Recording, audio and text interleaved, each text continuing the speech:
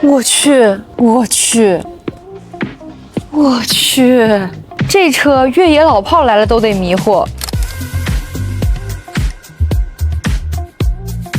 广汽传祺的这款方盒子刚刚亮相的时候就帅倒了很多人。你看它整车的外观几乎找不到一处圆形的设计，有很多几何的要素，看起来有点机甲风，非常的硬朗。今天这条视频就带你们看一下它的越野能力到底有没有看起来那么硬朗，以及内饰做的怎么样。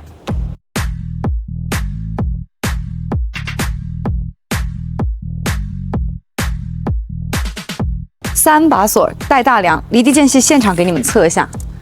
310啊，这个是它的空晃调到最高的状态，接近角30度，离去角33度。车底的电池包带有9重防护，配备46度的宁德时代逍遥大电池。整车的防护框架是5纵13横的设计，让车身的扭转刚度达到了38000牛米。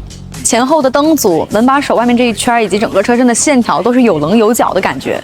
门把手是纯机械的，光听这些参数是不是就能感觉出来它挺硬派的？那我们再上车看看。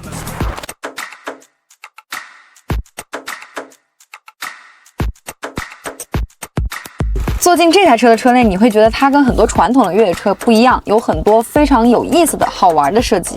首先，你看座椅上这种3×3的小方格，我觉得就是越骑这款车上的很独特的一个亮点。包括它整个车的灯组里边以及仪表盘都用到了这项设计。这些小方格让这个车有一种坦克机甲的感觉。然后你能看到前挡下面有一条1.1米的 PHUD， 这块屏幕呢，越骑把它叫做星际屏，它也是分为3个部分的。在主驾正前方显示的是一些基础的驾驶信息，另外2个部分呢，就是可以自定义的。你比如说，如果是去越野的时候，就可以调出一些车辆的参数，比如说胎温、胎压呀、计值或者瞬时动能这些东西。如果你在城市去驾驶的话呢，就可以把天气或者是音乐这些功能放上去。而且这块屏幕是3块当中最贵的，为什么？就是万一车辆在行驶的过程当中黑屏了，另外2块都看不到，但这一块一定要保证它能够正常显示行驶的信息。就从这个地方还是能够看得出来，广汽作为一个传统的车企，在这种方面还是挺让人省心的。方向盘后面这3个小方块呢，你细想是不是有点帕杰罗那味儿了？以前是纯机械的，现在与时俱进做成了电子屏的，它上面显示的东西也非常硬核啊，比如说指南针啊、计值表、俯仰角、侧倾角，这些都是可以在屏幕上去调节自定义的。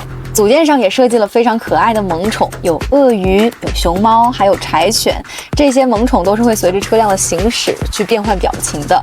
仪表盘也设计了一些比较有趣的动画，你看招财猫、小黄鸭都是可以自己去 DIY 的。还有一些比较传统的地方，在中控台前面呢有一整排的物理按键，这必须要点个赞啊。上面也有，不过这4个目前是空档的，这其实也是方便你们买回去之后呢，自己去给爱车做一些加装。2个杯架，周围这一圈同样做了带有棱角的设计，后面是一个5.7升的冷暖箱，两边都是可以打开的。那我们现在看看后面。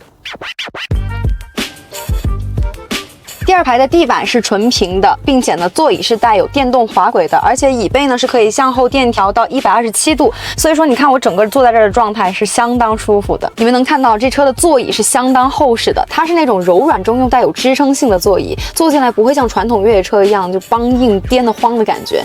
所以说不只是在城市里，我们把它开到很远的地方去，长途旅行、乘坐和驾驶都是很舒服的。那说到长途驾驶越野，就避免不了可能要在野外过夜，那这个时候这车有个功能就很实用了，一键成床。这个是水平仪，现在市面上很多有大床功能的车，把座椅放平之后，实际上都还带有一点角度。那这个车我们一起来检验一下。